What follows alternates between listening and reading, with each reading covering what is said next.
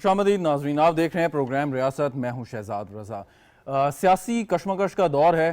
पाकिस्तान तहरीक इंसाफ एक अपोजिशन जमात के तौर पे अगरचे कौमी असम्बली में मौजूद नहीं है, लेकिन उन्होंने हुकूमत को हर महाज पर जो है वो टफ़ टाइम देने का ऐलान कर रखा है। इमरान खान ने भी ऐलान किया कि वो अगले माह की 2 तारीख को दोबारा से इस्लामाबाद लॉन्ग मार्च करेंगे। एक तरफ हुकूमत मुआशी चैलेंजेस से निमटने की कोशिश कर रही है, दूसरी तरफ सियासी मसाइल भी यकीनन हुकूमत के सामने हैं। एक इत्तेहादी हुकूमत है, सबको साथ लेके चलना भी यकीनन एक चैलेंज है पाकिस्तान मुस्लिम लीग नवाज़ की हुकूमत के लिए, वज़ीर आज़म शहबाज शरीफ के लिए। और ऐसे मौके पे जब भी कोई इक़्तिदार की मसनद पर बैठता है तो उसके साथ उसके आसपास जो लोग होते हैं, जो मुशीर होते हैं, जो उनके दोस्त होते हैं, जो मशवरा देने वाले लोग होते हैं, उनकी अहमियत बहुत ज़्यादा होती है, चाहे उनके पास कोई सरकारी ओहदा हो या ना हो। तो कोई भी शख्स जो है वो मुकम्मल तौर पर अपने तौर पर सिंगल हैंडेडली मसाइल को यकीनन हल नहीं कर सकता। इसीलिए कहा जाता है कि कोई भी अच्छा कप्तान अगर होगा तो वो टीम अपनी अच्छी बनाएगा। और कुछ लोग अगर मुस्लिम लीग नवाज़ की बात करें, गुज़िश्ता चंद सालों की बात करें, कुछ असम्बलीज़ की बात करें, तो कुछ लोगों ने बहुत ज़्यादा नाम भी कमाया है, प्रोमिनेंट हुए हैं और अपने एक एग्रेसिव स्टाइल की वजह से भी जाने जाते हैं। एक ऐसे ही साहब हमारे साथ आज मौजूद हैं, पाकिस्तान मुस्लिम लीग नवाज़ के मरकज़ी रहनुमा मोहम्मद हनीफ अब्बासी साहब। बहुत शुक्रिया अब्बासी साहब हमारे शो में शिरकत करने का। बाकी सियासी बातें तो होती रहेंगी, लेकिन मैं शुरू करना चाहूँगा थोड़ा आपके बारे में। आप 2002 की असम्बली में आए, उस वक़्त आप जमात इस्लामी में शामिल थे। उस दौर ही से आपने बड़ी शोहरत कमाई, नाम कमाया। तो जमात में तो आप आ गए, लेकिन फिर एक जो स्विच ओवर किया आपने नून लीग की तरफ, वो कहते हैं जमात में एक शख्स आए तो मुश्किल होता है उसका बाहर निकलना, वजह क्या थी? हमारे तो बहुत सारे लोग जो हैं जमात इस्लामी से पाकिस्तान मुस्लिम लीग नून में स्विच ओवर किया, बहुत सारे और भी उलमा कराम भी गए। वजह कोई भी नहीं थी। मैं तो हमेशा ऑन करता हूँ कि मैंने जमात इस्लामी के प्लेटफार्म से तरबियत भी हासिल की है और ये बेबाकी ये जुरत भी वहाँ से सीखी है। मुझे तो कोई एक्सक्यूज़ नहीं है। लेकिन वो कहते हैं ना, जब कॉलेज से आपने यूनिवर्सिटी जाना होता है जी, तो फिर तो स्विच ओवर करना पड़ता है ना। कॉलेज को छोड़ के बंदे ने यूनिवर्सिटी में तो नून लीग का इंतखाब क्यों किया? और भी सियासी जमातें एक्चुअली नज़रियाती तौर पे हम बहुत करीब थे ना एक दूसरे के। आप देखें कि 88 में लाहौर में मैं था तो IJ बनी, उसका हम हिस्सा थे और हम उस वक्त भी वज़ीर आज़म नवाज शरीफ के नारे लगाते थे जमात इस्लामी में होने के बावजूद। सही। फिर 90 के अंदर IJ के फिर भी इत्तेहादी थे, उसमें भी हमारे यही नारे लगते थे। तो कहने से मुराद ये है कि नज़रियाती तौर पे हम बहुत क्लोज थे, यानी समझें कि तकरीबन 19-20 का ही फ़र्क था। तो इसलिए मेरा क्योंकि हम कहना तो नहीं चाहिए आजकल हम इत्तेहादी हैं, उस वक्त आपको पता है people's party, anti people's party सारी चीज़ें चलती थी। तो हमारी फैमिली एंटी पीपल्स पार्टी थी शुरू दिन से, जो कि बाद में फिर वक्त के साथ साथ चीज़ें क्लियर हुई और उसमें पता चलता है कि मैच्योरिटी के बाद पता चलता है कि पार्टियों को जिंदा रहना चाहिए। बिल्कुल। अच्छा, आप का ताल्लुक शहर से है, सियासी जमात पीपल्स पार्टी हो, नून लीग, कहा जाता है कि जी जो मौरूसी सियासत चली आ रही है, ख़ानदान जो मतलब चले आ रहे हैं और साथ कोई वडेरे हैं, बहुत बड़े बड़े ज़मींदार हैं, वही लोग ज़्यादा आगे आते हैं। तो एक शहर का शख्स, चाहे वो कारोबारी शख्स है, वो अपनी जगह नून लीग में इतनी जल्दी कैसे बना पाया? अभी आप देखें ना, पहली बात तो ये है कि मैं FC कॉलेज से मैंने आगाज़ किया। वैसे तो उससे पहले स्कूल से मैं सियासत करता आ रहा हूँ। अच्छा। और कॉलेज में भी सियासत की। पिंडी ट्रेडर नहीं, मैं लाहौर में FC कॉलेज में। ठीक। फिर उसके बाद पिंडी में जब मैं आया तो मैं ट्रेडर्स को लीड कर रहा था, यानी पहले अपने बाजार का सदर बना, बोर्ड बाजार का। फिर मैं अंजुमन ताजरान पिंडी का सदर बन गया। फिर परवेज़ मुशर्रफ का मार्शल्ला आ गया। उस मार्शल्ला के अंदर अगर मेरी एक्टिविटीज़ आप देखें तो कुछ 15 से 16 मुकदमात बने मेरे पे। उसमें जब हम लीड करते थे, एंटी सेल्स टैक्स मूवमेंट चलाई, जिसको मैंने पूरे पाकिस्तान में लीड किया और हमने कामयाबी हासिल की। इसी बुनियाद के ऊपर जब 2003 जनवरी का इलेक्शन आया तो पूरे रावलपिंडी के जो ताजर थे वो इकट्ठे हो गए। मेरा तो कोई मूड नहीं था इलेक्शन लड़ने का। ये आप ज़िमनी की बात, ये ज़िमनी की बात कर रहे हैं। 2002 में तो मैं इलेक्शन में कंटेस्ट ही नहीं किया मैंने, और इतना कोई भरपूर हिस्सा भी नहीं लिया। तो पूरे ट्रेडर्स जो थे, छोटे दुकानदार थे, वो इकट्ठे होकर आगे उन्होंने इलेक्शन लड़े। तो मैंने कहा ठीक है जी, लड़ लेते हैं। उन्होंने कहा जी पैसे भी हम लगाएंगे, टिकट भी हम लेंगे और हम आप बस इलेक्शन लड़ें। उसकी 2 बुनियादी वजूहत थी। एक, शहजाद हमने कुछ 12 से 14 साल ट्रेडर सियासत को लीड किया था। मेरी तारीख में नहीं है कि कभी किसी मैंने दुकानदार को बेचा हो। मैंने ईमानदारी और दयानतदारी और जुर्रत के साथ उनको लीड किया। और कोई एक शख्स आपके PTV माशाल्लाह पूरी दुनिया में देखा जा रहा है, रावलपिंडी ही नहीं पूरे पाकिस्तान में कोई एक दुकानदार ये नहीं कह सकता कि हनीफ अब्बासी साहब ने मुझे पैसे दिलवाए किसी जगह या लिए, ये दो चीज़ें आपको नहीं मिलेंगी मेरी तारीख के अंदर। इसी बुनियाद के ऊपर ताजरों ने ये फैसला किया कि हमारा नुमाइंदा जो है वो असम्बली में जाना चाहिए। ठीक, तो आप फिर देखें कि मेरे खिलाफ उस वक्त के वज़ीर आज़म, मुझे याद है जमाली साहब ने जमाली साहब अल्लाह जन्नत फ़िरदौस में जगह दे, बाद में बड़े अच्छे दोस्त बने, और इसी तरह पूरा कैबिनेट जो फेडरल कैबिनेट आके यहाँ पिंडी में बैठ गई। तो आपको पता है कि मैं उस वक्त 40-45 हज़ार वोटों से जीत गया ज़िमनी इलेक्शन, और मसूफ का जो भतीजा था उसकी जमानतें जब्त हो गई। अच्छा, पीपल्स पार्टी ने जी 28,000 वोट लिए उसमें, तो इन्होंने लिए 9,000 वोट लिए। मैं इसलिए तारीख साथ साथ बताता जाऊंगा, जब 2008 पे आऊंगा वो भी बताऊंगा, 2013 में बताऊंगा। अभी आपका जो सवाल था उसका यही यहाँ तक। मौसूफ से आपकी मोहब्बत की वजह क्या है? अच्छा, दो बुनियादी वजूहात है, मोहब्बत नहीं नफरत की वजह पूछे। देखें, एक होती है आपकी सियासी मुखालफत, आप इलेक्शन लड़ते हैं, मैं इलेक्शन लड़ता हूँ, आपस में इलेक्शन ख़त्म हो जाता है, जीतने वाले को हम मुबारकबाद देते हैं, हारने वाला जो है वो हार को तस्लीम करता है। ओवरऑल यही होता है पाकिस्तान के अंदर, किसी जगह इतनी दुश्मनी नहीं होती। इस शख्स ने, इसका पूरा टब्बर मुझसे आ रहा हुआ है, पहले मैं आपको ये बता दूं, इनके फुप्पो भी आ रही हुई है, वो मैं आपको बताऊंगा कैसे आ रही है। ठीक, भतीजा आ रहा, फुप्पो आ रही, खुद आ रहा। जब ये 2003 में इलेक्शन मुझसे हार गए और मैं नेशनल असेंबली के अंदर चला गया, तो 2005 में इसने मेरे पे कत्ल का मुकदमा करवा दिया और उसमें मुलजम नंबर 1 मुझे रख दिया। यानी सियासी तौर पे इसने ज़हनी तौर पे ये तस्लीम कर लिया कि मैं इससे इलेक्शन नहीं जीत सकता। सही, तो इसको इस तरफ ले जाऊं। उस वक्त अफसरान बाला जो थे ज़रा अच्छे मैच्योर लोग होते थे और जानदार होते थे, यानी सच को सच और झूठ को झूठ कहने वाले। उस पर अल्लाह ने मुझे सुरखरू किया, मैं बाज़त मतलब अदालत में जाने से पहले ही मुझे उन्होंने निकाल दिया। इस यहाँ से फिर काम शुरू हो जाता है। फिर 2008 आ गया। 2008 में पहले ये कहता है मेरा भतीजा आ रहा है जी, मैं तो नहीं आ रहा। मैं कहा ठीक है जी, अल्लाह ताला का करम होना चाहिए इंसान पे। ये आ गया, इसके आपको पता कितने वोट थे? 11,000 और मेरे 79। जमानत जब्त हो गई। पीपल्स पार्टी के फिर 29-30 हज़ार थे। ठीक है सर, अब दोबारा फिर जमानत जब्त होगी, मैं नेशनल असेंबली में दोबारा पहुंच गया। फिर उसके बाद इस शख्स ने ये जो अब मेरे पे मुकदमा चल रहा है और मैं जिसको फेस किया मैंने अदालत में जाके, और फिर अल्लाह ने वहाँ से सुरखरू किया। फिर ये इसे साजिश करके वो केस बनवाया, केस बनवा के दवाई को जो है वो मंशियात में तब्दील किया। फिर अल्लाह ने सुरखरू किया, बाहर निकाला। अब फिर ऐसे टू पीएम में बना, ये फिर अदालत में चला गया। बिल्कुल कि सर इसकी कन्विक्शन जो है वो सस्पेंड है, इसकी जजमेंट सस्पेंड नहीं है। मेरे कहने अच्छा, आप एक बात ये है कि चलें, उस वक्त पॉपुलैरिटी वेव एक चल रही है, वो साथ साथ के तारीख जो है वो ठीक तौर पे हम आगे बढ़ें। इमरान खान के खिलाफ इलेक्शन आप लड़ा, इमरान खान के खिलाफ आप इलेक्शन हार गए, और हालांकि पिंडी आपका हल्का है, इमरान खान साहब शायद इलेक्शन जीतने के बाद एक दफ़ा भी नहीं गए, उससे पहले शायद कोई एक आध दफ़ा गए होंगे। तो क्या ये पॉपुलैरिटी वेव थी पीटीआई की जिसकी वजह से? मैं सारा क्लियर कर देता ताकि सारे पता चलता। 2013 में शेख रशीद ज़हनी तौर पे ये तैयार हो गया, और इसके जो भी पीछे बैठने वाले हिलाने वाले थे उन्होंने ज़हनी तौर पे तसव्वुर कर लिया कि शेख रशीद हनीफ अब्बासी से नहीं जीत सकता, उस अल्लाह के फजल से। तो इमरान खान के साथ मेरी कोई दुश्मनी नहीं थी, लेकिन वो एक दो प्रोग्रामात उसके खिलाफ किए, ठीक, तो वो ठीक बरम हो गया, आ गया मेरे खिलाफ इलेक्शन लड़ने के लिए, और शेख को मेरे आगे से हटा दिया गया।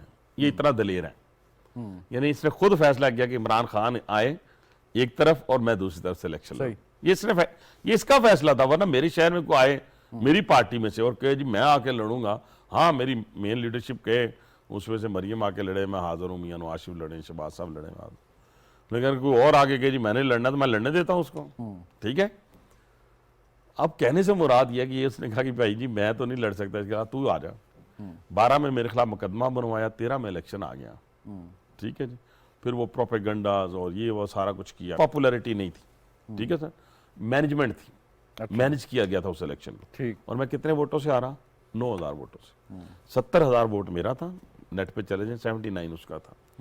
मैंने कोई शोर शोर नहीं मचाया, गवर्नमेंट हमारी आ गई। 2013 के बाद फिर भी मैंने सर फेंका, काम शुरू कर दिया। अब आप देखिए शहजाद साहब, मुझे इस वक्त तक प्रोग्राम करते हुए सिर्फ अपने आप को ये बताना पड़ रहा है कि मैंने क्या क्या सियासी तौर पे कामयाबी हासिल की। अभी तक इसको मैंने ना गाली दी, ना इमरान खान को गाली दी। अब आप देखें ना, 2013 से 18 तक ना मैं MNA हूँ ना MP हूँ। रावलपिंडी में मेट्रो बस चलती है जिसमें आज इस पेट्रोल की कीमत के बाद 1.5 लाख राइडरशिप हो गई है। 1,30,000 थी, अब 1.5 लाख हो गई है। Rawalpindi institute of cardiology, Rawalpindi institute of urology, technical training institute Pindi की तारीख में पहला हमने बनाया। शहबाज शरीफ साहब मेरे पुष्ट पे खड़े थे, मैं मुंह से निकालता था ये कर दें, ये कर, ये पार्क बना दें, ये ग्राउंड्स बना दें। 14 ग्राउंड्स बनाई हमने सरकारी स्कूलों कॉलेजेस पे, एग्जेक्टिव जगह पे नहीं, सरकारी स्कूलों कॉलेज, वो आपने देखी है सारी। ये वो चीजें वो जो ऑन ग्राउंड सफाई का वो निज़ाम दिया जो लंदन में है। इतना साफ हमें डोक खब्बा, डोक किलाई बख्श और ये सादखाबाद का एरिया मैंने कर दिया था। ठीक है जी। फिर इसके बाद आप जो पार्क्स एंड हॉर्टिकल्चर अथॉरिटी हमने यहाँ पे दी। कोई ऐसा काम पुराने तीनों हॉस्पिटल्स को अपलिफ्ट किया। MRI एक मशीन होती है जी, आप अंदाजा लगाएं 74 साल में रावलपिंडी में किसी जगह मौजूद नहीं थी, अब 2 हैं, तीसरी लगने वाली है यूरोलॉजी में, एक RIC में है और एक जो है वो होली फैमिली हॉस्पिटल के अंदर है। ये सारा आपने करवाया? ये सारा मियां शहबाज मेरी पुष्ट पे खड़े थे, निशानदेही मैं करता था, बताता मैं था सही कि सर यहाँ पे ये बनाना है, यहाँ पे ये डेफिशिएंसीज हैं, इसको दूर करना है। हमने तो ये काम किए। मैंने तो 13 से 18 तक इसको ना गालियां दी, ना इसका खिलाफ मुकदमा दर्ज करवाया, एक बात ना इसकी करप्शन को हमने पीछा किया। अच्छा, करप्शन है उनकी? हाँ, मैं कहता हूँ एसेट्स बियॉन्ड मीन्स। अगर आप एक कनाल वाले के पीछे चले जाते हैं, ये 5,000 कनाल जगह कहाँ से आ गई फार्म हाउस की? वहां पे बैठा, जिसने कभी जिंदगी में खोती रेडी ना चलाई हो, वो घोड़े पे बैठा हुआ है, जो कहता है कि मेरे पास खाने के लिए पैसे नहीं होते थे और मैं किताबें बेचा करता था। पता नहीं बेचा करता था कि नहीं, वो रंग भरना होता है, लेकिन चले उसके मुंह से देख लें तो उसके बाद 5,000 कनाल कहाँ से? कालीनों के काम से नहीं, वो कहता मैं रेशम के कीड़े पालता था। मैं रेशम के कीड़ों से अगर 5,000 कनाल आती लेकिन है। एक बात, अब क्यों एक इस टॉपिक को खत्म करें, शेख रशीद साहब के बारे में जो आप बात कर रहे हैं कि वो कहते हैं उनके बड़े ताल्लुकात हैं मुख्तदर हलकों में और बहुत ज़्यादा उनके इन्फ्लुएंस है, वो जो बात करते हैं, कई ये इंप्रेशन भी दिया जाता है कि जो वो हल्के बात करना चाहते हैं वो इनके ज़रिए करवाते हैं। बात ठीक है? नहीं। अच्छा, मैं एक बात आपको बताऊं, इंसान उस वक्त तक दुनिया से नहीं जाएगा जैसे मैं हूं, कोई और है, जब तक उसका असल लोगों के सामने नहीं आ जाए। और इस शख्स ने जितना भी भुंडे तरीके से अदारों को इस्तेमाल किया है, अब ये एक्सपोज हो रहा है। अब आप देखें ना, अब जब अदारों के साथ खड़ा होने का वक्त आया, जब नवाज शरीफ के साथ खड़ा होने का वक्त आया, ये भाग गया। जब मुशर्रफ के साथ खड़ा होने का वक्त आया, ये भाग गया। जब चौधरी शुजात के साथ खड़ा होने का वक्त आया, ये भाग गया। जब परवेज वो क्या था हमारे शौकत अजीज साहब, उनके साथ, जमाली साहब के साथ, जिसके साथ खड़ा होने का वक्त आया, ये भाग जाता है। ये इमरान खान से भी भाग जाएगा, ये आप जेहन में रखिए। लेकिन इस वक्त जो भागा है ना, वो फौज से भागा है।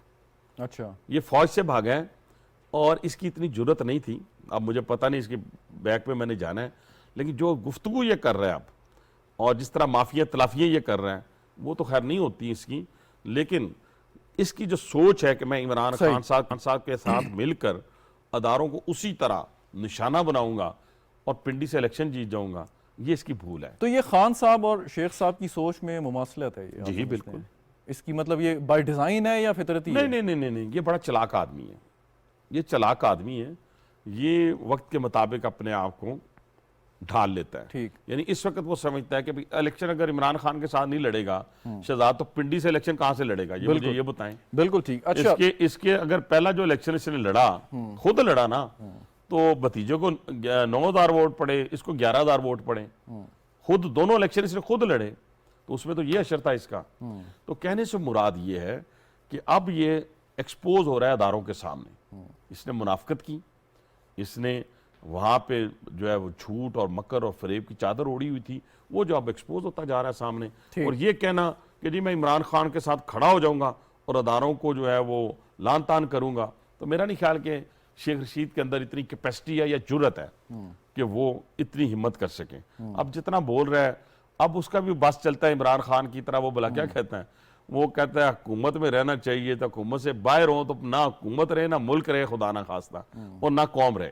ठीक। एक बात ये बताएं कि इदारों की बात होती है और आप भी उसी शहर के हैं, आपके भी ताल्लुकात हैं।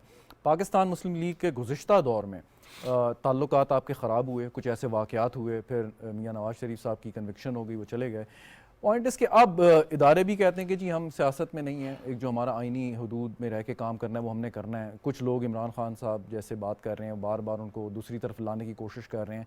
अब नून लीग की हुकूमत है और आगे भी आप कोशिश करेंगे आपकी हुकूमत आए, तो वो जो एक बैलेंस ख़राब हो जाता था माजी में, एक दफ़ा नहीं कई दफ़ा हुआ, इस दफ़ा क्या फ़र्क आप समझते होगा? देखिए शहजाद, पहली बात यह है कि अदारों से नहीं, आपके शख्सियात से इख्तलाफ हो सकता है। आप मियाँ नवाज शरीफ की बात निकाल लें, आसिफ अली जरदारी की बात निकाल लें, लेकिन बाय डिज़ाइन इमरान खान जो कर रहा है वो मुल्क की सालमियत के साथ खेल रहा है। ये देखें ना, पहले उसने बयानिया बनाया जजेस के खिलाफ, जजेस को डिफेंसिव किया। मैं ये सोच भी नहीं सकता था कि हमारे जजेस डिफेंसिव हो सकते हैं, लेकिन खुदा की कसम ऑफ द रिकॉर्ड कई जजेस ये कहा कि ये तो हमारे बारे में बताता है कि जी फलां के फ्लैट हैं, फलां का ये है, फलां का ये है, ठीक है ना जी। तो वो लोग, आपको पता है, वो फिर इस हवाले से उनको डिफेंसिव किया, ठीक है ना। फिर उसके बाद जर्नैलों को उनको डिफेंसिव किया, और ये बाकायदा पेड लोग इसने रखे हुए हैं।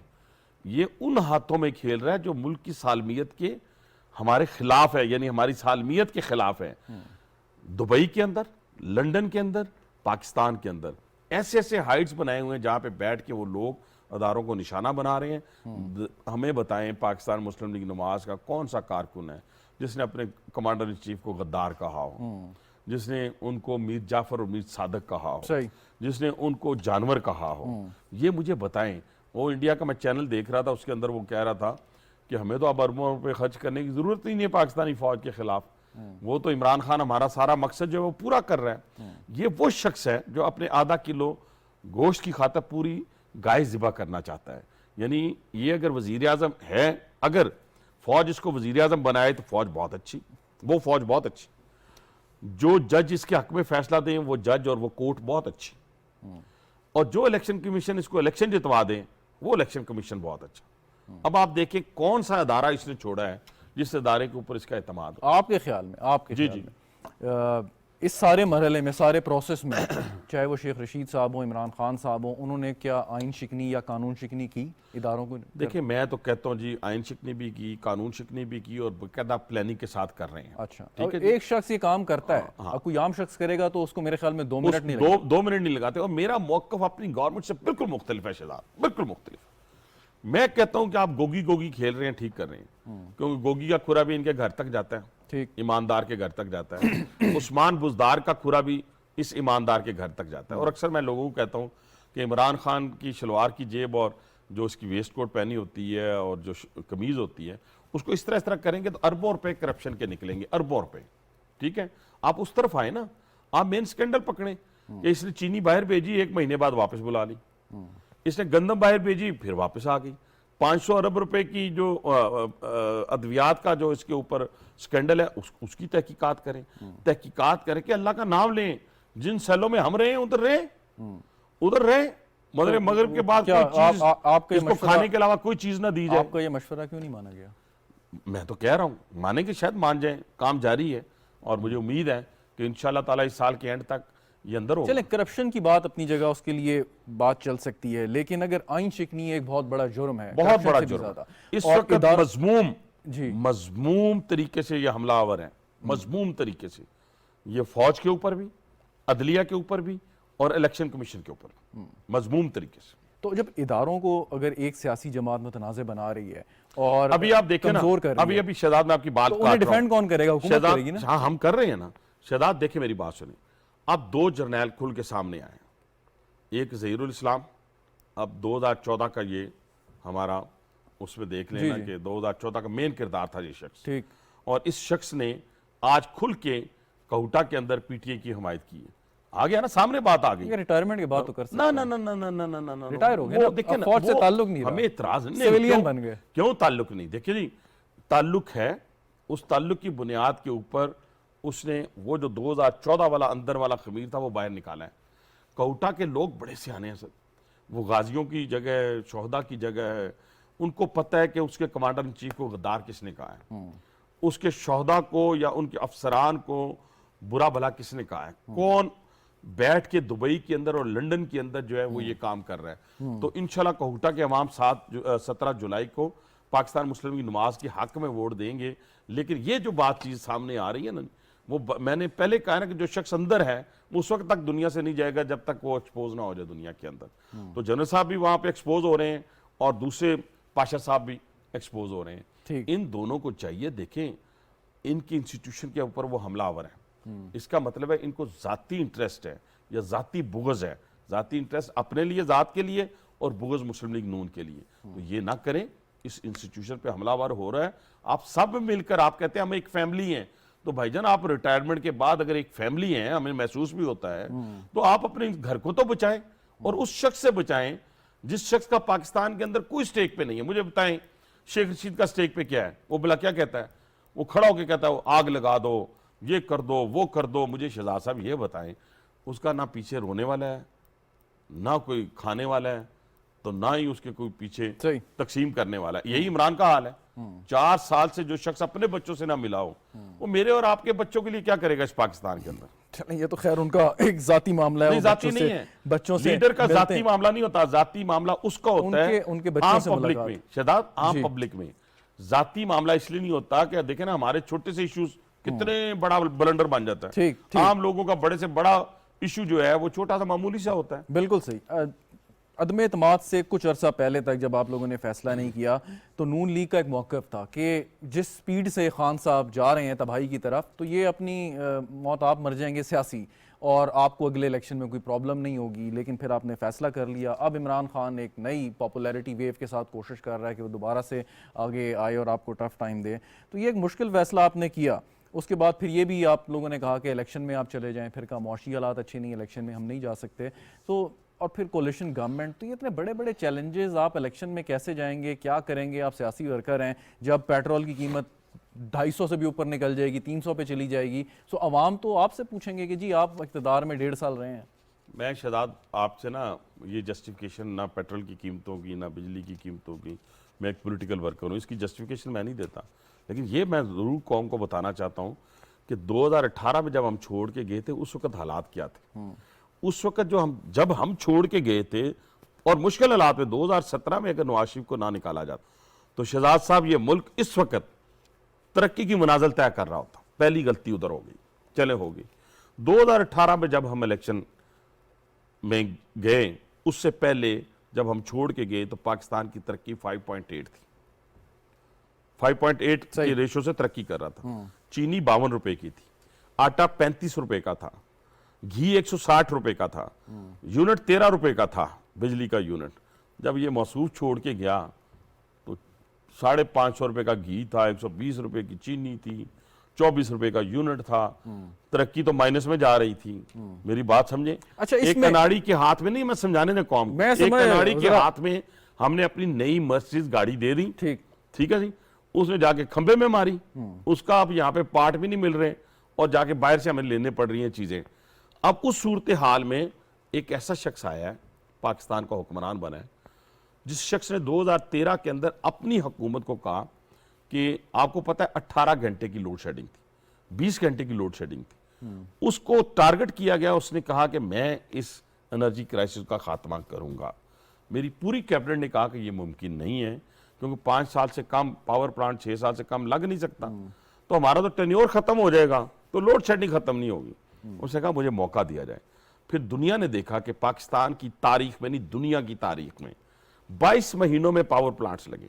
दुनिया हैरान हो गई, चाइनीज हैरान हो गए, जर्मन हैरान हो गया, अमेरिका हैरान हो गया कि ये कैसे लगे। और 10,000 मेगावाट जो है वो ऐड की शहजाद साहब, 10,000 मेगावाट ऐड की। अब उस शख्स के हाथ में आ गया। अब ये जो शख्स है, अगर ये शख्स इस गाड़ी को संभाल नहीं सकता तो फिर तो अल्लाह ही हाफ़िज़ है हमारा। अच्छा, एक इससे पहले आगे बढ़े, एक सवाल मैं ज़रूर पूछना चाहूँगा कि खान साहब आए, इक़्तिदार में आए, तो लोग कहते हैं कि इसमें कसूर आप लोगों का भी है कि आप लोगों ने वो स्पेस फराहम की, चाहे वो इदारों से टक्कर लेके की या सियासी स्पेस छोड़ के की, या उतने पॉपुलर आप जो स्लोगनेरिंग आप नहीं कर सके, आप उस तरीके से लोगों को अपनी तरफ राग़िब नहीं कर सके, जिसकी वजह से खान साहब आए। तो खान साहब को जो भुगता 3.5 साल हम सब ने, तो उसमें कसूरवार ज़्यादा आप लोग हैं कि क्योंकि आपने स्पेस उन्हें फराहम। देखें शहजाद, पहली बात तो ये है कि जिस पार्टी की मेन लीडरशिप को, आपको पता है इलेक्शन से पहले मियां मोहम्मद नवाज शरीफ जो इस पार्टी के सबसे बड़े कायद थे, अपनी बेटी के साथ जेल चले गए, उनके दामाद चला गया जेल में, मैं चला गया जेल में। 4 लोग इलेक्शन से पहले, ये लोगों को याद रहना चाहिए कि पकड़ के जिंदान में डाल दिया क्यों गया। गए? ठीक है, ये तो आप पूछे ना जी उनसे जिन्होंने हमें भेजा है। यही मैं कह रहा हूं, ठीक है ना कि जी, जो आपको पता है पाकिस्तान की तारीख, पाकिस्तान के सियासी डायनामिक्स, सबसे एक्सपीरियंस पार्टी आपकी है, तो फिर उसके बावजूद ये हुआ। मेरी बात सुने, चले गए ना, हुआ ना, चले गए। हमें कोई इलेक्शन तो नहीं हराया ना किसी ने, हमें तो मैनेजमेंट ने हराया। मैं फिर वही बात कह रहा हूं, 2013 का इलेक्शन मैं मैनेजमेंट से हारा और 2018 का इलेक्शन हम सारे का सारा मैनेजमेंट के जरिए हार गए और हमें बाहर कर दिया गया। 4 लोगों को आपने अंदर डाल दिया, बाकियों के ऊपर आप मुकदमात डाल दिए, किसी की कोई जमानतें करवा रहा था, कोई कहाँ क्या कर रहा था। उसके बावजूद पंजाब में हम आगे थे। वो तो फिर आजाद उम्मीदवारों को मिला के जहाज भर भर के लाए गए। ये जो आज लोटा लोटा करता है सब, ये इसने बुनियाद रखी। और मरकज के अंदर कितना बड़ा फर्क था, कोई इतना बड़ा फर्क नहीं था अपोजिशन को मिला के। तो कहने से मुराद ये कि तमाम साजिशों के बावजूद लोगों ने पाकिस्तान मुस्लिम लीग नवाज को वोट दिया। और अगर आज भी जो बात मैं करने जा रहा हूं, 17 जुलाई को इलेक्शन है, देखिए लोग उस शख्स को तो देख चुके कि 4 साल में उसने कैसे बेड़ा गर्क किया, और एक ऐसा शख्स जिसने पंजाब को भी संवारा और मुल्क भी संवारने जा रहा है। अब 17 जुलाई का फैसला जो है वो इंशाल्लाह ताला पाकिस्तान मुस्लिम लीग नवाज के हक में आएगा। 16 से 17 सीट्स हम इंशाल्लाह जीत जाएंगे, अल्लाह ने चाहा। अच्छा, हाँ, इसके ऊपर वो जब हम 16 से 17 कहते हैं ना, तो वो चीखते हैं, आसमान सर पे उठा लेते हैं, कहते हैं वो ये तो 16, इन्होंने तो प्लानिंग की हुई है, इन्होंने तो पहले ही कह दिया 16-17। तो भाईजान जहां मशीनरी इस्तेमाल हो रही है वो हमें बता दें, जहां हम धांधली कर रहे हैं वो हम बता दें। आज के दौर में कोई धांधली कर सकता है? पहले आप मुझे बताएं, इस जदीद दौर में कोई धांधली करने देगा आपको? तो इसलिए ये इनका खौफ है जो शाह महमूद कुरैशी के मुंह से निकला, ये इनका खौफ है जो इमरान खान के मुंह से निकला, और ये इनका खौफ है जो अपना हमारे वो शीदे के मुंह से निकला। ये सारी चीजें, इनका खौफ जो इनके सामने आ रहा है, वो फरमा रहा है कि 17 को खूनी इलेक्शन होगा, तबाही बर्बादी होगी। भी तुमने कोई लॉन्च की हुई है चीजें, तुमने कोई प्लांट किया हुआ कोई काम ऐसा, तुम किसी के आलाकार हो? अगर किसी जगह हुई तो शेख रशीद तुम जिम्मेदार होगे। ठीक, आप पे एक मुख्तलिफ नौइयत का केस बनाया, आपने बार बार ये कहा कि सियासी इंतकाम का आपको निशाना बनाया गया। उस पे आने से पहले मैं एक बात ज़रूर आपसे पूछूंगा कि आपकी जो इस वक्त वफाकी काबीना है उसमें अक्सरियत की राय कि जी नैब को सिरे से उड़ा दें आप, क्योंकि नैब की वजह से बहुत बर्बादी हुई है, कारोबार ख़त्म हो गया, ब्यूरोक्रेट्स काम नहीं करते हैं, इंतकाम लिया जाता है सियासतदानों से। तो आपकी क्या राय है इस बारे में? देखिए शहदाद, जहाँ तक तो नैब का ताल्लुक है ना, ये तो पाकिस्तान मुस्लिम लीग नून को भी सज़ा मिली है। किस चीज़ की सज़ा मिली है? ये 18वीं तरमीम जब हो रही थी तो पाकिस्तान पीपल्स पार्टी ने अपनी मैच्योरिटी का मुजाहरा करते हुए कहा कि इस नैब कवानीन में से इन चीज़ों को निकाल दें। तो फ़र्ज़ किया वो मुझे कहे जी ये घड़ी ये जो 16-17 हज़ार रुपये की ये कहाँ से आई है? मैं भाई दुकानदारी में कमेटी डाल के मैंने घर लिया है, मैंने फलां किया है, अब मैं उसको बताना शुरू कर दूँ? हाँ, तुम पकड़ो कि हमने पिंडी के अंदर 72 अरब रुपया जो है वो मियाँ शहबाज शरीफ के बिहाफ पे हमने स्टीयरिंग कमेटी के चेयरमैन की हैसियत से मेट्रो को मिला के हमने वहाँ पे खर्च किया है। उसमें से निकालो, वो ट्रेन निकालो, वो ट्रेन निकाल कर इस घड़ी तक पहुँचो, इस घर तक पहुँचो, तो फिर तो बात बनती है। ये तो बड़ा आसान है कि किसी को कहना कि हाँ भी बता ये घर कहाँ से लिया है, ये अब्बा जी कहाँ से हैं, अब्बा जी की रसीदें लेके आओ, अम्मी की रसीदें लेके आओ। ये स्क्रू करने के लिए रखा था।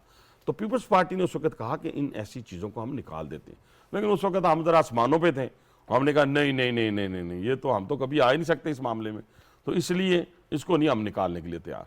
उसका नतीजा क्या हुआ कि वही स्क्रू करने के लिए हमें इस्तेमाल हुआ वो नैब कवानीन, और जिसके फैसले ख्वाजा साद रफीक का फैसला सुप्रीम कोर्ट के अंदर आप देख लें क्या है, बिल्कुल एहसन इकबाल का, शाहिद खाकान अब्बासी का, इवन अभी शहबाज शरीफ और हमजा साहब की जो बेल हुई है FIL मुकदमे में, जो लोकल जज ने जो फैसला दिया है वो आपके सामने है। मेरा जो फैसला आया, राना सनाउल्लाह का फैसला जो आया है, राना सनाउल्लाह के साथ जो कुछ हुआ, मेरा जो फैसला आया है जिसमें मेरी सजा सस्पेंड हुई है, वो पढ़े तो सही 5 सफ़े हैं। 2 जजेस ने, हाई कोर्ट के ऑनरेबल जजेस ने 5 सफ़े हैं, उसमें तो तकरीबन मुझे बरी किया हुआ है। ना कोई रिकवरी है, ना कोई स्मगलर है, ना कोई ये इसी तरह इस चाय को, लिप्टन चाय को आप कह दें कि जनाब ये जो है वो मंशियात है, तो दवाई को आपने उस तरह बना दिया। कोई चीज नहीं। ज्यादा बात में इसलिए नहीं करता, ज्यादा बात में इसलिए नहीं इस पे करता कि मेरा मुकदमा जो है वो अदालतों में है। तो मुझे देखो एक और चीज शहजाद साहब देखें, मैंने इतना बड़ा मुझे सजा हुई, झूठी सजा हुई, मैंने सजा लेने के बाद मेरी वीडियोस निकाले, मैंने अपनी अदालत को गाली नहीं निकाली। मैंने समझा कि इसी निज़ाम के अंदर रहकर मुझे रिलीफ मिलना है, इस निज़ाम को गाली दे के मुझे रिलीफ नहीं मिलेगा। और फिर उसी निज़ाम में रह के 11 महीने कैद काट के मैं हाई कोर्ट से सुरखरू हुआ। मैंने जिन्होंने मुझे अंदर भेजा था, मैंने उनको गालियां नहीं दी, ठीक है जी, मैंने उनको गालियां नहीं दी। मैं उनको गालियां दे के मुझे पता था कि मुझे बनना कुछ नहीं है। मैंने अपना आप जो है वो अल्लाह के यहाँ पेश कर दिया और अपने अल्लाह के यहाँ अर्जी डाली कि या अल्लाह मैं क्या कर सकता हूँ, क्या नहीं किया, तू शायर से नज़दीक है, तूने फैसला करना है। तो उसने फैसला कर दिया। आप को एक ओहदा मिला हाल ही में, फिर एक पिटीशन चली गई, उस पे अदालत का एक ऑर्डर आया जिस पे फिर आपने खुद वॉलंटरली आपने रिज़ाइन कर दिया। तो क्यों लिया आपने? आपको पता तो था कि ये मामला हो सकता है? देखिए शहजाद, पहली बात तो ये है कि मैंने आज तक कोई ओहदा जो है ना, पहले तो ओहदों का मैं पाबंद नहीं, जैसे मैंने कहा 2013 से 18 तक ना मेरे पास कोई ओहदा था और ना ही मैं कोई MNA MP था, लेकिन मैंने अपनी आवाम की खिदमत की। ये मेरे अंदर जज्बा रचा हुआ है। ये मेरे लोग सुन रहे होंगे तो कह रहे होंगे ठीक ही बोल रहे हैं, सच ही बोल रहे हैं। मैं आपको ये बताऊं कि मैंने तो नहीं ले, मेरे तो प्राइम मिनिस्टर ने मुझको दिया ना ओहदा। ऑनर की बात थी मेरे लिए। मुझे तो किसी ने बताया, मेरे और आपके मुश्तरका दोस्त है, मैं उनके घर जा रहा था, फिर तो रास्ते में फ़ोन आ गया किसी का, जी वो टिकट चल रहा है। मैं कहा यार मुझे तो नहीं पता। मैं गया तो वो दोस्त मुझे कहने लगे, मोहसिन बेग साहब, वो कहने लगे बादशाह तुझे दसे ही नहीं। मैं कहा सर मैंने पता ही नहीं। उन्होंने कहा टिकट चल रहा है। मैं कहा चलो ऑनर की बात है, ठीक। अच्छा वो चला गया। अब उसने जाके पॉइंट उठाया कि जी, अब देखे ना ये कमजोरी है उसकी, ये उसकी कमजोरी है। उससे मुराद शेख रशीद की कमजोरी है। वो उसको पता है कि इस खित्ते के अंदर अगर सियासी तौर पे किसी ने मुकाबला मेरा करना है और मुझे शिकस्त देनी है तो वो हनीफ अब्बासी है। इसमें तो कोई दो राय नहीं है ना। जो माजी का रिजल्ट है उसके नतीजे में मैं बात कर रहा हूँ, लेकिन उस नीली छतरी वाले के हुक्म की बात कर रहा हूँ। मैं अपनी जात की बात नहीं करना। उसके बगैर तो पत्ता नहीं हिलता, तो उसके बगैर मैं कैसे जीत सकता हूँ? तो मैं आज से डरते हुए कहता हूँ कि 70-70 हज़ार वोटों से ये बंदा मेरे से हारा हुआ है। अब इसके पास यही है कि ये मेरे खिलाफ इलेक्शन ना लड़े। लेकिन मैंने आपके प्रोग्राम के नतीजे से कहता हूँ कि इंशाल्लाह पूरा टब्बर है। तेरा तो आगे पीछे ही कोई नहीं है, तो इधर पूरा टब्बर है। इंशाल्लाह हम इलेक्शन लड़ेंगे। अदालत ने मुझे नहीं कहा था, अदालत ने नहीं कहा आपको, लेकिन अदालत ने ये बात की कि आप जाती हैसियत में भी मशवरा दे सकते हैं वज़ीर आज़म को, तो यकीनन आप देते भी। मुझे ना प्राइम मिनिस्टर ने कहा शहजाद, ठीक, मुझे प्राइम मिनिस्टर ने ना डायरेक्ट ना इनडायरेक्ट मुझे रेजिग्नेशन के लिए नहीं कहा। लेकिन मेरी अपनी एक डिग्निटी है सियासत के अंदर, जिंदगी के अंदर, कि मैं वो फैसले करता हूं जो डिग्निटी वाले हों। मैं इज्जत और वकार के लिए सियासत करता हूं। मैं अपने जाओ जलाल के लिए नहीं, अपने घरों को बड़ा करने के लिए नहीं, अपनी गाड़ियों को बड़ा करने, अपनी जायदादों को बढ़ाने के लिए मैं सियासत नहीं करता। मैं डिग्निटी के साथ, इज्जत और वकार के साथ अपने लोगों की इज्जत करता हूं। मैं अपने छोटे बच्चों से प्यार करता हूं जो मेरे हल्के की हैं। जो मेरी माँ, बहन और बेटी है उसको मैं उस नज़र से देखता हूं जो मेरी माँ, बहन और बेटी है। बिल्कुल ठीक। तो उस हल्के के अंदर मैं अपने लोगों के लिए एक सायादार दरख्त की मानद। आपने शुरू में कहा कि उस वक्त 2002 में ताजिर बरादरी इकट्ठी हुई और आपको कहा कि हमारे नुमाइंदे के तौर पे आप असेंबली में जाएं। आपका ताल्लुक फार्मास्यूटिकल इंडस्ट्री से, आप वो कारोबार करते हैं। अभी फार्मास्यूटिकल कंपनी वालों की डिमांड है जी दवाइयों में इजाफा, कीमतों में इजाफा करें। पेनाडोल एक बड़ी मशहूर दवा है, वो आजकल मार्केट में नहीं आपको मिल रही। इसके साथ साथ वैसे भी लोगों को बड़ी शिकायत होती हैं फार्मास्यूटिकल कंपनी से। मतलब वाकई कोई जेन्युइन इशू है, ये मुनाफाखोरी है, क्या है? क्योंकि दवाइयाँ कोई आम कमोडिटी नहीं है। मतलब देखिए मेरी बात सुने, कुछ हकायक पे मबनी चीज़ें होती हैं। हमारा तो इतना बड़ा कारोबार नहीं है कि मैंने तो कारोबार को इस तरह अहमियत नहीं दी जितनी मैंने लोगों की सर्विसेज को अहमियत दी है। मेरी इम्पोर्टेंस जो है वो लोगों के लिए है। मैं मतलब उसको, लेकिन फिर भी मैं नुमाइंदगी करता हूँ क्योंकि दुकानदार की हैसियत से भी हमने और मैन्युफैक्चरर की हैसियत से भी वक्त गुजारा है। आप देखें शहजाद साहब, सबसे पहली बात यह है कि डॉलर जो 180-70 रुपये का था तो मेडिसिन की वही प्राइस थी। डॉलर 207 पे चला गया है तो वही प्राइस है। कैसे लोग मेडिसिन बनाएंगे? अगर ये सेल टैक्स वापस ना करती हुकूमत आज, तो ये आधे से ज्यादा इंडस्ट्री बंद हो जाती। अच्छा। और आपको पता है कि जो लोकल यूनिट है वो 800 से जायद है, ठीक, 800 से जायद है पाकिस्तान के अंदर। फार्मास्यूटिकल, टेक्सटाइल के बाद फार्मास्यूटिकल बड़ी इंडस्ट्री है जो एक्सपोर्ट कर रही है मेडिसिन को दुनिया के अंदर। सही, ठीक है सर। तो ये आज का जो फैसला है जो मेरे इल्म में आया है, जिसका शायद मैं जीएसटी जिसमें खत्म किया है, बिल्कुल 1% कुछ भी नहीं है वो। तो अब 17% जो था वो ऐड करके आपने मेडिसिन बेचनी थी। बेशक आपको रिफंड मिलना था, रिफंड कहाँ मिलता है यहाँ पे। अच्छा, मतलब इस फैसले से अब दवाइयों की कीमत में इजाफे तो कोई नहीं रहता? नहीं, मेरा नहीं, जवाब एक है, लेकिन मैं नहीं कहता, लेकिन 17% की वजह से मार्केट में इस्तेहकाम आएगा खत्म होने की वजह से। लेकिन वो जो फर्क है वो भी निकलना चाहिए, जो प्राइस जो है वो मिलनी चाहिए वक्त के मुताबिक। हो सकता है इंशाल्लाह ये जो मैं देख रहा हूँ, आप देखें ना, लोगों को खुशखबरी भी सुनाए ना, हम ये ना सुनाते रहे ये हो जाएगा वो हो जाएगा। 6 से 8 महीनों में चीज़ों को रिवर्स लगेगा इंशाल्लाह। पेट्रोल भी सस्ता होगा, और दूसरी बात यह कि डॉलर जो है वो जो IMF का 2 अरब डॉलर है, 2.5 अरब डॉलर वो है, और फिर जो ही IMF के सिग्नेचर होंगे आपके साथ, तो फिर UAE की इन्वेस्टमेंट है, सऊदी अरब की इन्वेस्टमेंट है, कतर की इन्वेस्टमेंट है, जो तैयार बैठे हैं। सही, जो प्राइम मिनिस्टर जब दौरे पे गए थे तो उस वक्त वहां पे साइन करके आए थे, वो इंशाल्लाह ताला शहजाद साहब अल्लाह ताला के फजलो करम से। इसहाक डार साहब तो सुना है वापस आ रहे हैं, अब वापस आएंगे तो राना सनाउल्लाह साहब कहते हैं वो जिस सौदे पे चाहे काम कर सकते हैं। सो इसहाक डार साहब की एक स्किल है, क्वालिटी है, एक उनका एक्सपीरियंस है। सो वो पाकिस्तान को जितनी दफा बहरानों से निकाला है शहजाद साहब, जितनी दफा, ये तारीख गवाह है ना। मैं कोई अपनी तरफ से तो नहीं, मैं कोई इकोनॉमी का एक्सपर्ट तो नहीं हूं, लेकिन पॉलिटिकल वर्कर तो हूं, एक पाकिस्तानी हूं, और सियासत पे छोटी सी नजर रखता हूं। जब भी पाकिस्तान मुसीबत में आया, उसको इसहाक डार साहब ने उस मझधार को पार लगाया। और जो उनका एक्सपीरियंस है और जो उनकी कमिटमेंट है, आज भी वो पार्टी के लिए वहां बैठ के 24 घंटों में से 18 घंटे काम करता है, बल्कि 20 घंटे भी कई दफा काम करते हैं, जो मेरा उनके साथ रब्ता होता है। जब इधर थे एज ए फाइनेंस मिनिस्टर, आपने क्या कहा? आपने कहा रिटर्न जमा नहीं कराई। आप देखिए वो कैसा शख्स होगा, उन्होंने सारी रिटर्न, सारा कुछ सामने रख दिया, 1980-81 से लेके हर चीज सामने रख दी। तो आपने वो करके उसको पैक शैक करके बाहर भेजवा तो दिया। अपना वो जो पुराना होता था वो वापस लेंगे? देखिए वो बात राना सनाउल्लाह साहब वाली है कि जहां वो चाहेंगे, जिस जगह के ऊपर चाहेगा प्राइम मिनिस्टर, उस पर वो काम करे। ठीक, बाज़ाब्ता फैसला नहीं है अभी तक कोई? वो तो फिर आके पता चलेगा ना।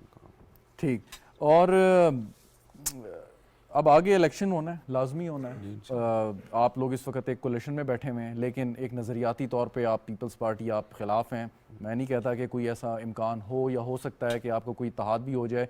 सो अब अगली जो पहले माजी में politics pro people's party, anti people's party, या प्रो नवाज एंटी नवाज होती थी, सो अब इसका मतलब है कि वो चीज़ शिफ्ट हो गई है, यानी कि आप एक तरफ सारे हैं, दूसरी तरफ इमरान खान या तहरीक इंसाफ। नहीं शहजाद, ये गलतफहमी जरा दूर कर लें। पीपल्स पार्टी ने अपना इलेक्शन लड़ना है जी, हमने अपना इलेक्शन लड़ना है। ठीक, ये मैं आपको बताऊं, और मैं नहीं है कि सीट एडजस्टमेंट हो सकती है किसी जगह, ये खारिज इम्कान नहीं है ये चीज़ें सियासत के अंदर। अगर हम पीपल्स पार्टी और नून लीग साथ मिलकर हुकूमत बना सकती है, तो इत्तेहाद भी किसी जगह कर सकती है, तो ये किसी सूरत मुमकिन नहीं है। इलेक्शन हम अलहदा लड़ेंगे इंशाल्लाह ताला, और भारी अक्सरियत से जीतेंगे। उसकी बुनियादी वजह सुन लें शहजाद, ये जो जलसे जुलूस होते हैं ना, ये यहाँ होते हैं, हवा में होते हैं। जब आपने वोटर को निकालना है और इलेक्शन जीतना है, तो आपके यूनियन काउंसिल की सतह पे ऊपर पॉलिटिकल इंफ्रास्ट्रक्चर होना चाहिए आपके पास। वो इस वक्त मुस्लिम लीग नवाज के पास मौजूद है। बिल्कुल ठीक, अच्छा, बुनियाद पे हम जीतेंगे। सही, अब्बासी साहब, सियासी जमातों को उनकी कारकर्दगी की बुनियाद पर वोट मिलना चाहिए। जी। और आम जो लोग हैं, इलाकों में रहते हैं, आप बखूबी जानते हैं कि अगर आप उनको नौकरियां देंगे, सेहत की सहूलियात देंगे, तालीम देंगे, इंफ्रास्ट्रक्चर देंगे, तब आपकी तरफ वो आएंगे। इस्लामाबाद में असद उमर साहब MNA रहे हैं, अब उन्होंने इस्तीफ़ा दे दिया, लेकिन असद उमर साहब का ताल्लुक इस्लामाबाद से नहीं था। बावजूद इसके कि आप लोगों ने काम किए, बावजूद इसके कि आप लोगों ने लोगों को मतलब फैसिलिटेट किया, लेकिन एक बाहर से बंदा आके MNA बन गया, तो लोग ये सवाल करते थे अभी भी आप डेवलपमेंट प्रोजेक्ट्स कर रहे हैं, लेकिन वो रिफ्लेक्ट क्यों नहीं होते आप? अच्छा, पहली बात यह है कि पिंडी में तो मैंने कहा कि सारी मैनेजमेंट हुई। पिंडी में लोग रिस्पॉन्ड करते हैं, जब हम लोगों में जाते हैं, पब्लिक में जाते हैं, लोग बड़ी इज्जत करते हैं। RIC में चले जाएं, यूरोलॉजी में चले जाएं, लोग 3000 की OPD है RIC के। इस वक्त इस्लामाबाद के हवाले से जो प्राइम मिनिस्टर ने बड़ी तेज़ी दिखाई है, और लोगों को ये महसूस करना चाहिए, इस्लामाबाद के लोगों को, कि 74 साल में पहली दफ़ा ट्रांसपोर्ट हम आपको दे रहे हैं। अब आप देखें, पेशावर मोड़ से 4 साल वो मेट्रो नहीं चला सके एयरपोर्ट के लिए, एयरपोर्ट तक, तो प्राइम मिनिस्टर ने 7 दिन में चला दी। इस वक्त 25,000 लोग उसमें डेली सफर कर रहे हैं। पार्क एंड राइड का भी वहां पे सहूलियात 10 जगह मौजूद है। अब दूसरी जो हम चलाने लगे हैं, भाराकाऊ से पिम्स, ग्रीन लाइन, रवात से पिम्स, ब्लू लाइन, ये सब अब बसें आ गई हैं, बसेस आ गई हैं। रवात वाला जरा थोड़ा सा हम करवाल से गुलबर्ग से चलाएंगे, क्योंकि आगे वो सड़क बन रही है और वो उसमें साल एक लगेगा, क्योंकि वहाँ बड़े बड़े ब्रिजेस बनने हैं उसके अंदर। तो जो भाराकाऊ वाली है वो तो हम इंशाल्लाह ताला, मेरा ख्याल है कमिंग वीक में प्राइम मिनिस्टर टाइम दे देंगे या इस वीकेंड पे टाइम दे देंगे, तो हम उसका इफ्तिताह कर देंगे। ठंडी बसें जैसे रेड लाइन है हमारी रावल सदर से इस्लामाबाद पाक सेक्रेटेरिएट, आपको पता है कितनी राइडरशिप है? 1.5 लाख लोग सफ़र करते हैं। यानी इस गर्मी के अंदर जहाँ 45-46 हो टेम्परेचर, ठंडी बसें हमने दी हैं उस माँ बहन बेटी के लिए जो टोयोटा के अंदर, हाईएस के अंदर या सुजुकी के अंदर इस गर्मी के अंदर सफ़र करती थी, और वो उस तरीके से रिस्पेक्ट भी तादाद भी बढ़ाएंगे या नहीं? तादाद बढ़ गई ना जी राइडरशिप की, बसेस की, खास तौर पे पिंडी इस्लामाबाद, क्योंकि पेट्रोल की कीमतें बढ़ने से बड़ा लोड है जी बिल्कुल। हमारे पास अभी भी 15 बसेस पड़ी हैं जो हम हमारे पास हैं, जो रूट पे ला सकते हैं, वो भी लेके आएंगे। इसी तरह अब हमारी जो मजीद बसेस आ रही हैं वो भी हम इंशाल्लाह भारा को और रवात में डालेंगे। अभी तो 10-10 डालेंगे। अच्छा, खाली अगर पिंडी इस्लामाबाद की भी बात करें तो पिछले इसके अलावा इसके अलावा फिर हम रवात से जो रोड बन रही है इसको भी इंशाल्लाह ताला अपने टेन्योर में मुकम्मल कर लेंगे हम। और ये जो ब्रिजेस बन रहे हैं, ये आईजेपी रोड बन रही है, 14 अगस्त को इंशाल्लाह ताला इसका हम जीटी रोड से लेके तो लई तक हम इसकी ओपनिंग इंशाल्लाह कर लेंगे। ठीक। और पिछले दौरे हुकूमत में काम की रफ्तार कुछ जरा स्लो रही, खास नहीं, काम करना नहीं आता था सीडीए नहीं, लेकिन अगर सियासतदानों को ना आता हो तो जो इदारे में लोग बैठे हैं, सीडीए में लोग बैठे हैं, आरडीए याद रखना शदात, याद रखना जी, ये अगर पॉलिटिकल वर्कर ना होता तो आरआईसी ना बनता।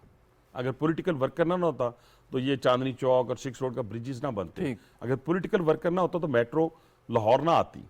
तो ये जो पब्लिक रेप होता है, देखें हमारे पास मैक्सिमम लोग आते हैं शहजाद साहब साफ पानी के लिए, नौकरी के लिए, सीवरेज के लिए और वापडा के कामों के लिए, कोई लाइट का इशू है फला। मेरे पास कोई आरआईसी के लिए बनाने के लिए नहीं आया था, यूरोलॉजी बनाने के लिए नहीं आया था, इवन मेट्रो भी लाने के लिए नहीं आया था। लेकिन आपका जो पब्लिक रैप होता है उसका विजन इतना होना चाहिए कि वो अपने लोगों के लिए सोचे कि फ्यूचर के अंदर आज आरआईसी बना सकते हैं। बिल्कुल। आप मुझे एक बंदा बता रहा था मेट्रो के ऊपर, कहता है बासी साहब अगर सिर्फ इस वक्त इस मेट्रो को तोड़ के उसमें से जो आप लोया निकालेंगे उसकी कीमत ज्यादा होगी जो मेट्रो आपने बनाई है आज से 8 साल पहले। अच्छा, मेट्रो पे और वो मेट्रो हमने बनाई थी, सुन ले जरा जी जी, ये अगर 6 रोड ये जो पिशावर मोड़ वाला इंटरचेंज है ये 6 बिलियन का है, ये एनएलसी ने बनाया था, ठीक है, किसी प्राइवेट कॉन्ट्रैक्टर ने नहीं बनाया। 6 अरब रुपए का 11 रोड सिग्नल फ्री हुई। अगर इसको निकाल दे तो 38 बिलियन की है कमांड एंड कंट्रोल सेंटर मिला के, ठीक है जी, 38 की। और वो जो बनाने जा रहे थे 9 अरब रुपए की, जब मैं मेट्रो बना रहा था तो ये अरस्तू नहीं है इनका पीटीआई का असद उमर, ये कहता था 9 अरब में मैंने बनानी थी, इन्होंने बड़े पैसे लगा दिए, वो 120 अरब में नहीं रुक रही। जी बिल्कुल बिल्कुल। अच्छा, मेट्रो पे बात आप कह रहे हैं, मेट्रो पे टाइमिंग पे लोगों को है, कुछ लोग कहते हैं इसका टाइम थोड़े बढ़ाने चाहिए, बहुत से लोग हैं जो रात नहीं, को 10 बजे कहते हैं 10 से भी एक्सटेंड अगर आप करना चाहें इससे, तो क्या ये मुमकिन है कि उसे किया जा फिर सकता है? उसमें जो सब्सिडी कराची में जैसे 12 बजे तक वक्त है, अगर कराची का 12 बजे का है, मेट्रो का नहीं, वो बसेस का होगा, बसेस का नहीं, वो बसेस का है, मेट्रो का नहीं है। मेट्रो का आपको पूरा एक सिस्टम चलाना पड़ता है, उस सिस्टम के लिए फिर आप की सब्सिडी जो है ना वो फिर बहुत शूट कर जाए। ठीक, बिल्कुल सही। तो इस्लामाबाद में और क्या डेवलपमेंट प्रोजेक्ट? इस वक्त ब्रिजेस जो बन रहे हैं, जो बहुत मसला एक्सप्रेसवे का और एक्सप्रेसवे का, उसी के ऊपर हमने जोर लगाया हुआ है। फिर अभी हम रिंग रोड की तरफ भी इंशाल्लाह इंतखाबात से पहले हो जाएगा और ये सारी चीजें इंतखाब से पहले मुकम्मल हो जाएंगी, अपने टेन्योर से मुकम्मल, इस्लामाबाद बाकायदा एक प्रॉपर इंशाल्लाह। एक सवाल लास्टली ज़रूर मैं पूछना चाहूँगा कि अब आगे इलेक्शन होगा, सारी सियासी जमातें कह रही हैं कि जी शफाफ होना चाहिए। अब वो शफाफ कैसे होगा, किस तरीके, कौन इसकी गारंटी देगा? कोई न्यूट्रल को आवाज़ें दे रहा है, कोई कुछ बात कर रहा है, यार यकीन मान शहजाद, मुझे ना कैसे तस्लीम कैसे करेंगे? मेरे आपके सवाल पे ना मुझे अपना बचपना याद आ गया, अपना नहीं सारे मोहल्ले वाले के लड़कों का। जो हारने वाला होता था ना, एक किस्मत में हारना लिखा होता था, जी बिल्कुल, तो वो रोंदी डालता था, वो कहता था, कभी वो उठा के बैट भाग जाता था, कभी विकेटें उठा के भाग जाता, जब हारने के नजदीक बंदा आता था। अगर तो रोंदी वाला शख्स मौजूद रहा तो फिर तो वो शफाफ को भी नहीं मानेगा। तहरीक इंसाफ एक हकीकत है ना, वो तो इलेक्शन में आएगी, लड़ेगी। हकीकत तो मेरी बात सुने, खुदा का नाम है, वो तो मेरा भी हकीकत है, लेकिन उसका मवाजना तो तहरीक खुदा का नाम ले, वो भी हकीकत है ना। अब हकीकत तो बहुत सारे हैं, वीना मलिक भी हकीकत है, तो इसलिए हकीकत में ना जाए। अपनी जाती जिंदगी जो भी है उसको हम वो नहीं कर सकते। मैं उनको जाती जिंदगी को निशाना नहीं बना रहा, मैं कह रहा हूं कि उनकी भी एक फॉलोइंग है ना, ठीक, उनकी फॉलोइंग नहीं है। ठीक, बिल्कुल आप है। देखिए ना, आप और एक्टर्स के नाम नहीं मैं लेता, लोग कहेंगे शायद फिल्में देखते हैं, उनके भी अगर आप लें तो कुछ 10-10, 20-20 लाख, 30-30 लाख उनके फॉलोअर्स हैं। बिल्कुल है, तो अगर फॉलोअर्स पे भी बात जानी है तो फिर पाकिस्तान का फिर अल्लाह ही हाफिज है। भाईजान, इस पाकिस्तान को बड़ा संवारने का वक्त चाहिए, संजीदा लोगों का काम चाहिए। हर वक्त चीख चीख के चलाना, हर वक्त चोर चोर डाकू, 4 साल कोई काम। अब ये प्राइम मिनिस्टर आया है, मुझे बताएं किस जगह उसने गाली दी है? शहजाद साहब बताएं किस जगह उसने किसी को बुरा भला कहा है, किसकी जाती जिंदगी को उसने छेड़ा है? लेकिन मेरी शहजाद साहब सुन लें जी सर। वो क्या कहता है, वो कहता है जी हम दिन रात मेहनत करेंगे, इस पाकिस्तान को इस भंवर से निकालेंगे, और वो निकाल रहा है।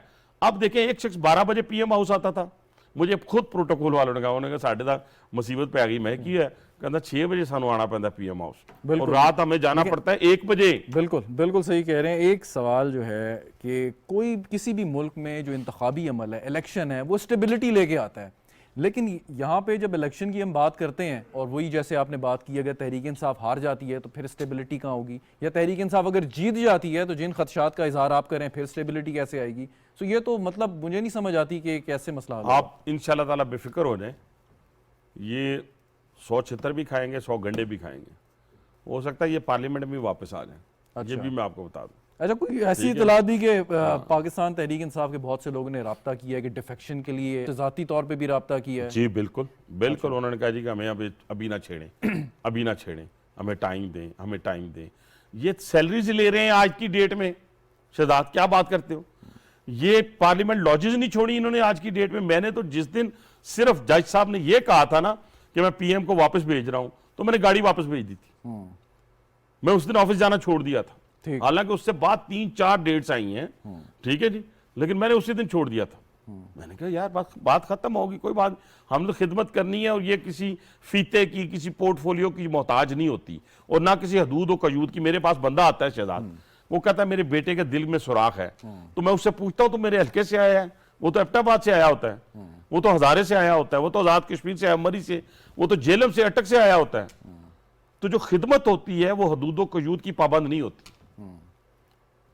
लेकिन एक बात फिर मैं वही कहूँगा आपसे कि अगर इलेक्शन के नताइज तहरीक इंसाफ तस्लीम नहीं करती, जो रिफॉर्म्स आप करने जा रहे हैं उसमें उसका हिस्सा नहीं बनती, तो इमरान खान चाहे 500 लोगों के साथ हो, वो एक इरिटेंट के तौर पे आपको तंग करेंगे, स्टेबिलिटी नहीं आएगी। बड़े उसका ठंडे कैसे दिलो दिमाग से आप देखें, जब भी कोई टीम मैदान में नहीं पहुंचती तो वॉक ओवर किसको मिलता है? जो मैदान के अंदर होता है। ये आप ज़हन में रखें। फुटबॉल के बड़े बड़े मुकाबले आप देखते हैं ना, उसमें टीम नहीं पहुंची किसी वजूहात की बुनियाद के ऊपर, वॉक ओवर मिल जाता है, पॉइंट्स दूसरे को मिल जाते हैं। ठीक है जी। तो इसी तरीके से ये ज़हन में रखें, सियासत के अंदर भी 85 में पाकिस्तान पीपल्स पार्टी ने बाइकाट किया था इलेक्शन का। वो आज तक कहते हैं कि बाइकाट करना हमारी सियासी गलती थी, पाकिस्तान पीपल्स पार्टी की तारीखी गलती थी। आप लेकिन इस्तीफे क्यों नहीं एक्सेप्ट कर रहे हैं इनके तरीके? बात करेंगे आस्ता आस्ता, एक तो इस पेडू का भी करेंगे इंशाल्लाह, पिंडी से भी, और इमरान खान का भी 7-8 करके उस पर इलेक्शन कराएंगे। तो क्या बात है, अगर आप समझते हैं कि फैसला करना है आगे जिन्होंने, तो मेरा ख्याल अभी कोई प्रेशर आ रहा है कि जिन्होंने तो असेंबली के अंदर खड़े होकर कहा है कि हमारे इस्तीफे मंजूर किए जाएं, मेरा ख्याल है उनके मंजूर हो। एक फॉरेन फंडिंग केस चल रहा है, आपके ख्याल में तहरीक इंसाफ को बहैसियत जमात बैन कर देना चाहिए? देखिए, कानून के तहत मैं अपनी ख्वाहिश पे कोई काम नहीं करना चाहता। अगर कानून आइन इस बात की इजाज़त देता है तो बिल्कुल करना चाहिए। जान छूटे सो लाखों पाए। इस मुल्क के अंदर कोई इस्तेहकाम आएगा, सियासी इस्तेहकाम आएगा, कोई माशरे के अंदर कोई ठहराव आएगा, कोई माँ बहन बेटी की इज्जत का ख्याल आएगा। यहाँ तो सबकी पकड़ियाँ उछाली जा रही हैं, किसी को देखा ही नहीं जा रहा कि कौन किस। ये थे ना काजी फाइज ईसा साहब और उनकी वाइफ के साथ इन्होंने क्या किया। कितना ऑनरेबल जज है। मैं समझता हूँ कि पाकिस्तान की 74 साल तारीख में ऐसा ऑनरेबल जज नहीं आया। उसको आपने फिर आखिर में जाके माफी मांगी, आपने पता नहीं मांगी है कि नहीं मांगी। नहीं मांग ली। चलें, बहुत बहुत शुक्रिया हनीफ अब्बासी साहब, हमारे साथ आप मौजूद थे। नाज़रीन, गुफ्तगू आपने सुनी हनीफ अब्बासी साहब की। प्रोग्राम देखने का शुक्रिया, इजाज़त दीजिए, खुदा हाफिज़।